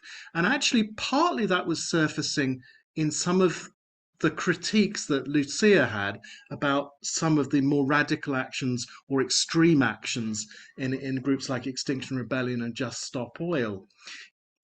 There is a big difference if you have faith in a divine presence that ultimately has some control over what's happening in the world or has some future for humanity. And I wonder if partly that is one of the issues facing Muslims in looking at this, in the idea that actually there is a strong faith in the action of God, and that may also be true for Christians. And so there's a sense in which, whilst one can say we only have so much time to stop 1.5 climate happening or something like that, actually there's a long-term view in which a faith in a divine being may actually provide a security, and that therefore may lessen the anxiety because one can enter into difficult situations with a faith in a future that you believe is more than just in human control. And lastly, I think there's an issue of the relationship of humans with the rest of nature. I think that's partly alluded to in those kind of beliefs. You know, is the rest of nature infused with spiritual autonomy? Do we relate to other life forces or other beings or even the rocks around us as we would relate to each other? Do we have a familiar relationship? Or are humans in some way apart from in the environment? And one of the issues I know that's been faced in the Abrahamic traditions is ideas that some have put over as seeing humans as separate from creation, as very much above it, and how much we root humans in creation in faith traditions. But how much also do we recognize that actually humans have responsibilities that other creatures don't have? And I think that, again, is coming up very much within the kind of things that many of our speakers were saying. Thank you, Shannon. Thanks so much, Steve. That was perfect. And now we have some time for questions from the audience. As Suzanne said, feel free to put your questions in the chat. If you want to ask anonymously, address your question directly either to me or to Suzanne, or you can use the raise hand function on Zoom. We're on two screens, so I can't actually see you if you raise your hand in your box. So if you can find the raise hand function, I will be able to see that. So yeah. questions, comments, speakers, you are most welcome to ask questions of each other as well. While we wait, maybe I'll make an observation that has struck me as well as Steve was doing his wrapping up. I think something that we haven't mentioned is in the climate movement, there are NGOs that do this work. And what I'm noticing in some of the secular NGOs, and this is a personal observation, I'm noticing some Muslims that I know who come from the Muslim scene, quote unquote, who are now working with secular NGOs like Friends of the Earth or Greenpeace and so on. And for some of them, I think there is a disillusionment with what has happened to them within the Muslim scene. And then they go on to work, but they're still very visibly Muslim in these environments. And the mirror image to that is, I actually know quite a few colleagues who work with faith-based organizations on climate who are actually not religious. Some of them are atheist, but they want to work with organizations like Christian Aid or Quakers or CAFOD and so on. So I just like to park that. That's not a question, but that might be something interesting to reflect on as well. Maria. Thank you. I'm not sure if you wanted to kind of comment about that now. Yeah, you can do. Yeah, please do. But, as I was saying, and I didn't have time to say anything about this, but I did research an Islamic network, the Islamic Network for the Environment, until 2013, and in London. So that was part of my doctoral research. And indeed, they changed their name during, at the time when I was doing my research into wisdom in nature. And I also noticed that they were, the kind of progressively joining in with transition towns and other networks that were, let's say, more kind of interfaith or, secular at the same time, as a way of kind of, becoming more active and perhaps, kind of gaining numbers. And I think that, my understanding of this is that, it's to do with the religious demographic in a way. Here in the UK, it is harder or it is easier for Christian networks to, to have that kind of support and resources that Muslims here would not, so in a way, and also they didn't have that same relationship, that same kind of countercultural relationship that Green Christians have with their church here. They couldn't establish that with their kind of local mosques. Anyway, an observation. Thanks. Yeah, that was really helpful. I just see that there's a question anonymously asked in the chat. Why were all the speakers women, though the chair and commentator were men? Just chance? I think I'll let Suzanne start because we both had a role in this, didn't we? And then I can fill in as well. It was something I actually commented on as the speaker list was emerging, was the preponderance of female speakers. It wasn't, but I didn't actually think about the framing of it by men in positions of authority. So I think that we always do think about gender balances, and overall I think that we had a good gender balance with 5 female and 2 male speakers. I'll call that good. But it wasn't. Could ask the question of why the chair is the only person of color in the room as well, right? Or the immigrant, or the only, yeah. do you want to speak to that issue, Sharon? No, I think we did our best to try and achieve balance, and yeah. And I think in Faith for the Climate as well, in the role that I have in doing lots of work with minority faiths, especially, it is to remember the voices that are not usually there, that are not usually at the table. Young people, pensioners, people of color, women. It's not always perfect, but it's something we try to do. And a related question in the chat, if you want to pick that up, Shannon.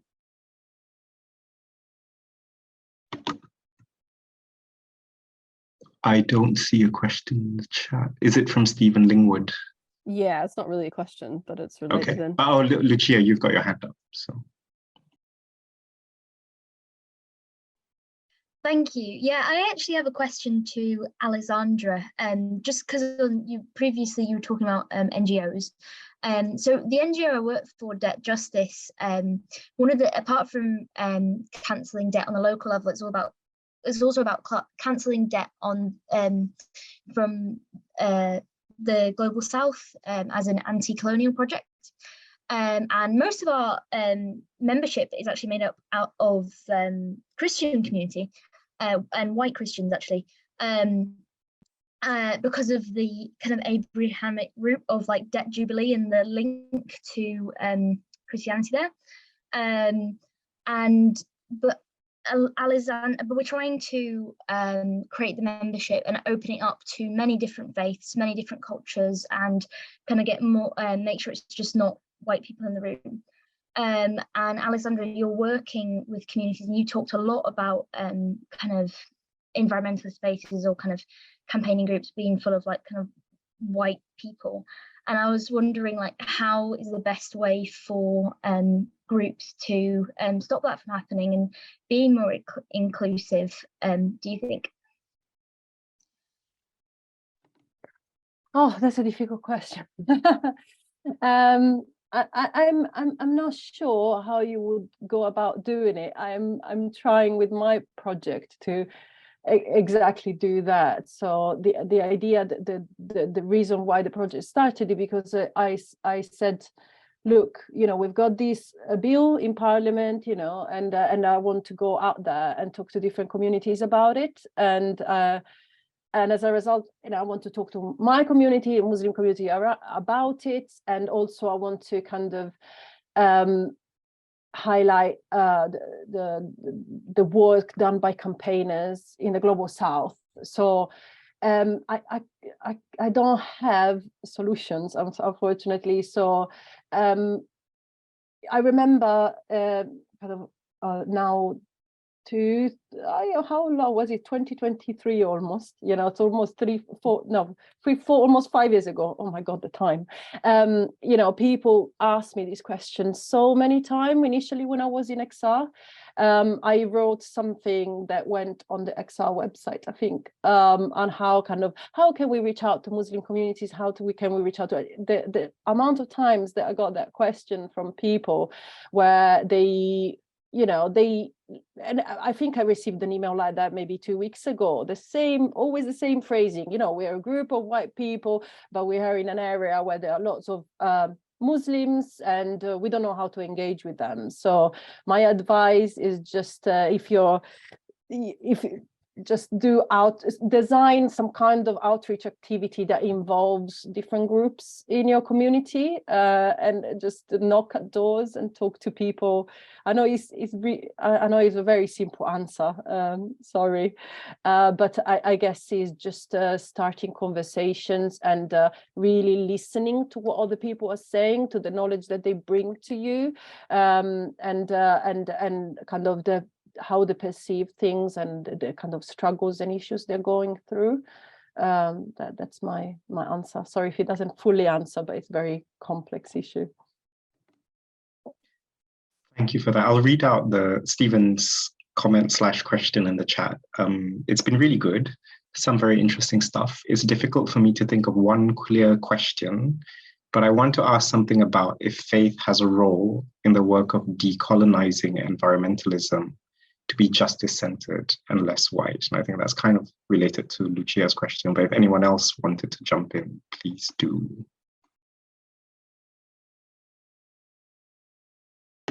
Lucia, and then Grace.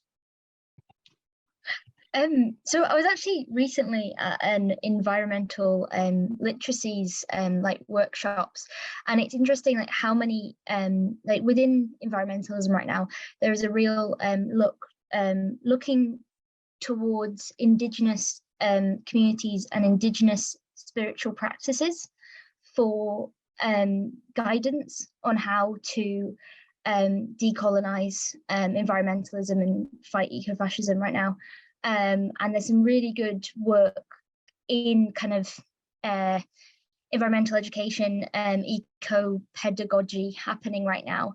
And that's as far as I know, but it's a lot more about connecting to people, seeing the the earth is a whole world, no matter what, no borders, no nations, and that we need to work together in this, and to stop working from the ideas from that are so prevalent within the global north, and kind of looking to communities such as like First Nations people who've lived in balance with the earth for so many generations, and looking to them and being like, actually, what can we learn from you? Thank you. Grace. Yeah, I think the answer is yes, and it's something that Quakers are exploring in all areas of their work. How do we decolonize our work on peace and disarmament, on peace and human rights in Palestine and Israel, climate justice, and also looking at the role of Quakers in colonialism and in the transatlantic slave trade. Because although Quakers were involved in the abolition of slavery, they were also were owners of enslaved people and involved in the slave trade. So Quakers are looking at the interlinked issues of reparations for slavery and for climate justice, and looking at the links between those issues. So it's not something that we have an answer to, but it's definitely something that we're looking at now. Thank you. Eileen? Thanks. It was I who asked about the whether it was by chance that the speakers were female. I don't think it was by chance. I'd like to ask the speakers about the proportion of women and in the various movements, and whether the proportion of leaders are disproportionately men. And I would also like to ask how much effect they think the demonstrations have in changing, and how much that perhaps there is a negative effect as well. This was slightly mentioned, but I'd be interested to learn a bit more about that. And I'd also like to say I thought they were all wonderful. Thank you very much.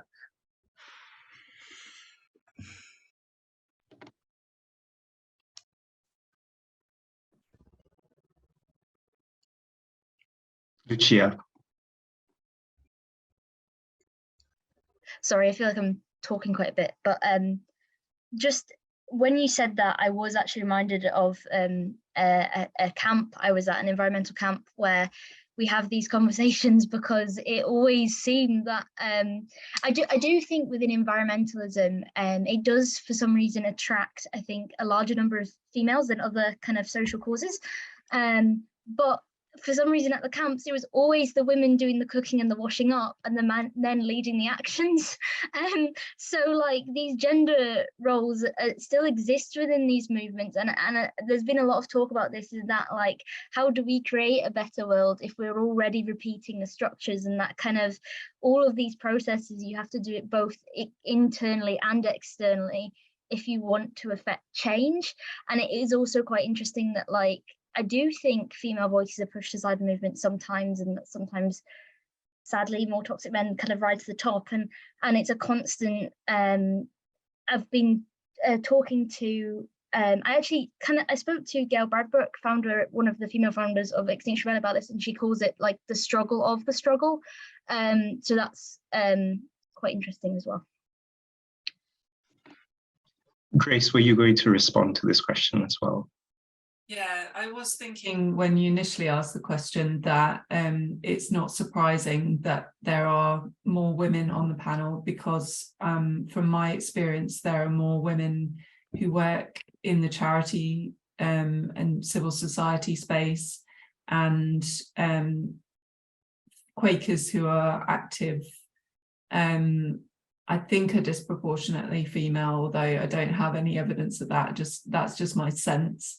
In terms of the leadership of the Quaker movement, we don't have leaders officially, but our organisation has a recording clerk, which is a senior staff member who is male, but the management team is balanced, is gender balanced.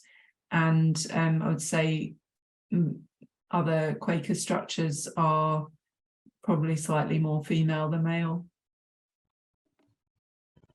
Thanks. Olivia, were you going to respond to this as well? Yes, just to the other part of the question. I mean, I think the responses have been great. I think it has been very positive, the protests, personally, because I think even when there's been a bit of a backlash, or it's raised awareness and people are talking about it, and there's an educational aspect that's happening. And for us as sort of minority faiths in the UK, it's been absolutely vital to be working with Quakers, Faith for the Climate, you know, to have that interfaith collaboration, multi-faith collaboration. And I think there's been a strength, particularly to sort of campaigns like the Loss and Damage campaign, that's been very, very valuable. I mean, that's how I perceive it, and I feel, yeah, that's what I understand. Anyway. Thank you. Maria. Yeah, thank you. I just also wanted to just address Eileen's question about, you know, kind of representation, gender representation in the Green Christian networks I've looked at, and I think that what I'm seeing is, or what I've been seeing is that, you know, these networks are very much or organized around, you know, kind of key hubs. One of these key hubs is the Greenbelt Festival, for instance, in the UK, which is an annual festival, a community in a way, because it has, you know, a kind of,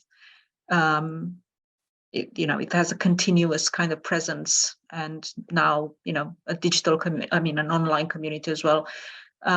And it's a social and environmental justice festival. So all these issues seem very well connected, you know, of kind of gender equality and climate change and, you know, LGBTQ rights, and, you know, and you kind of really see it almost, you know, the material,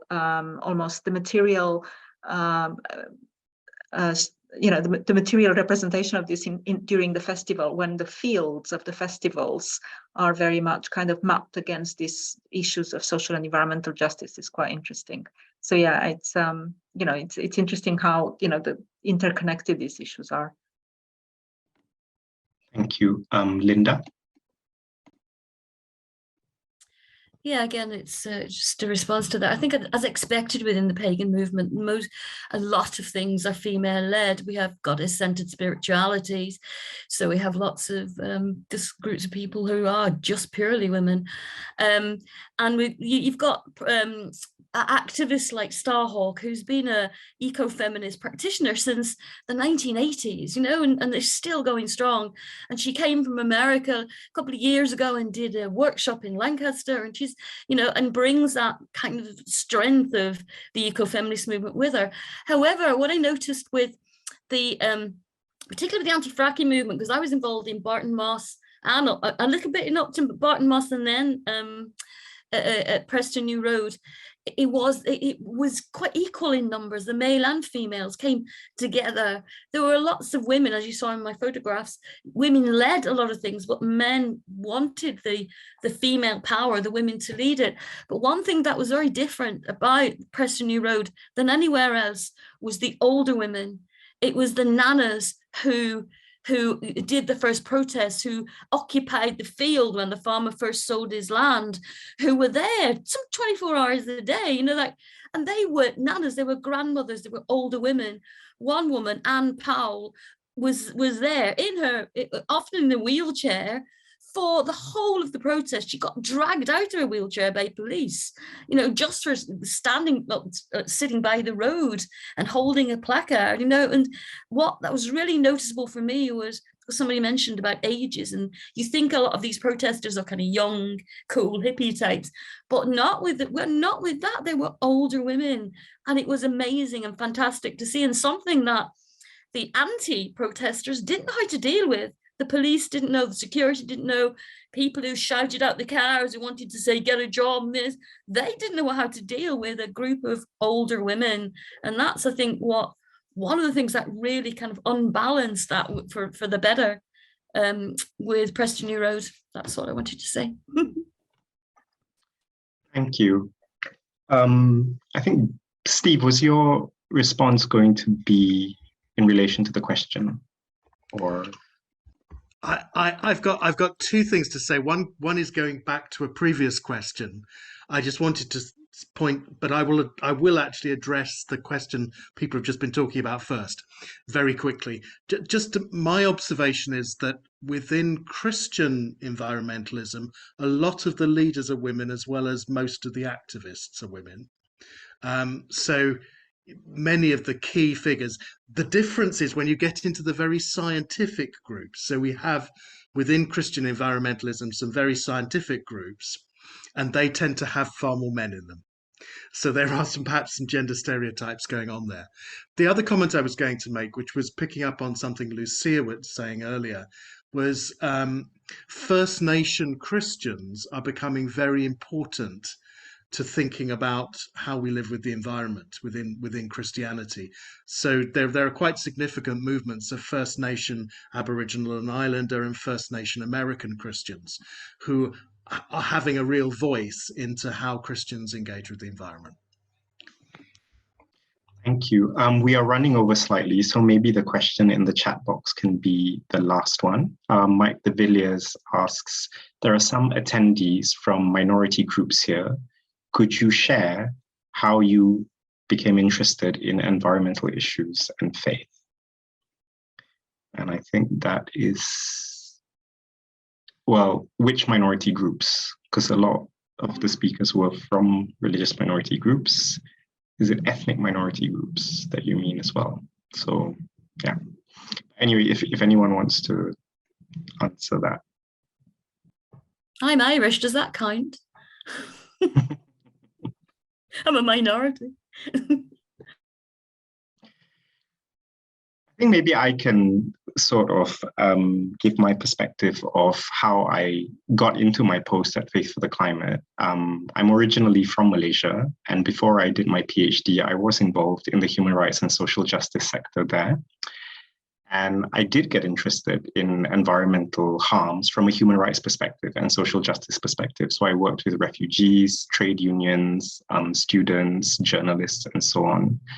When I got to the UK, I think coming into the environmental sector was a little bit funny for me because I think statistics also show that it is disproportionately white and middle class. And also the understanding of climate and environment was kind of alien to me. It was very conservation-led. And even within faith-inspired circles, it was a conservationist framing rather than a social justice or human rights framing, which was what I was more interested in Malaysia when I was working with groups such as Amnesty International and local human rights groups. So I think, and this is what allows me to connect climate and environment to other issues such as racism, environmental racism, homophobia, queerphobia, misogyny, and capitalism, and so on. I've had to do a lot of work within this space at Faith for the Climate to make sure that these discussions are visible and that we do open up the network and invite different perspectives and different sorts of input in what we do. But that was the obstacle. And, I was always interested in environment, but from a human rights perspective, given where I came from in Malaysia. So that's my short answer. Comment by Carol Maguire. The Balcombe anti-fracking protests in Sussex in 2013, etc., had many strong female organizers, young and older. The nanas got together there, I think, all white, and an energy cooperative is now functioning well in that village. So, great. I will not read Linda's comments, but we're running over. Suzanne, what do I do now? I thank you, and I thank the whole team and all the speakers for a incredibly interesting and informative series of talks. And I certainly learned a lot, and I'm sure everyone here did. And thank you for all the people behind the scenes who made this possible. Silky on IT and Ruby doing the social media, Sarah and Warwick in the office who are organizing things. It was very much a team effort, and Shannon for curating and helping to frame the whole experience. If you would like to make any comments, if you have any concerns about anything that was said for the recording purposes, just email the office, preferably in the next week or so, and we will see what we can do to help you. Yeah, thank you everyone for being here, and it was a pleasure. Have a good evening.